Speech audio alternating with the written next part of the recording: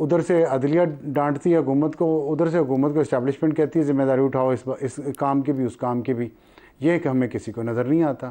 ہمیں صرف سر یہ آتا ہے حکومت کہ اپنی ان کے مرضی نام سے بنے, بنائی ہے, ان کو کسی نے ایسا نہ کریں. زبردستی کہا ہے کہ آئیں یہاں بیٹھ جائیں. اب حکومت لی ہے, وزیر اعظم بنے تو ذمہ داری بھی لیں پوری. دھڑے بندی ہے اس ملک میں, اپنی اپنی برادری ہے, اپنے اپنے پیٹی برہا ہیں. میڈیا والے نے, میں نے میڈیا والے کو کچھ نہیں کہنا. ریٹائرڈ اسٹیبلشمنٹ کے بندے کا آپ نام بھی نہیں لے سکتے. صرف پولیٹیشین جو ایک دوسرے کو گھسیٹتے ہیں سڑکوں پہ. اللہ اللہ خیر صلاح. آپ بھی موج کر رہے ہیں میڈیا والے, میں بھی کر رہا ہوں. سر صاحب ہم بالکل موج نہیں کر رہے, روز اس بات پہ رو رہے ہیں, روز تنقید کر کی ذمہ داری ہے وہ یا تو ذمہ داری اٹھائیں یا کرسیاں چھوڑ دیں تاکہ عوام فیصلہ کریں. غلطیاں یقیناً سب کی ہیں مگر دکھتا یہ ہے کہ درستی کوئی بھی نہیں چاہ رہا ہے, تو نتیجہ سب کو بھگتنا ہوگا. آج کے لیے اتنا ہی, اجازت دیجیے, اللہ حافظ.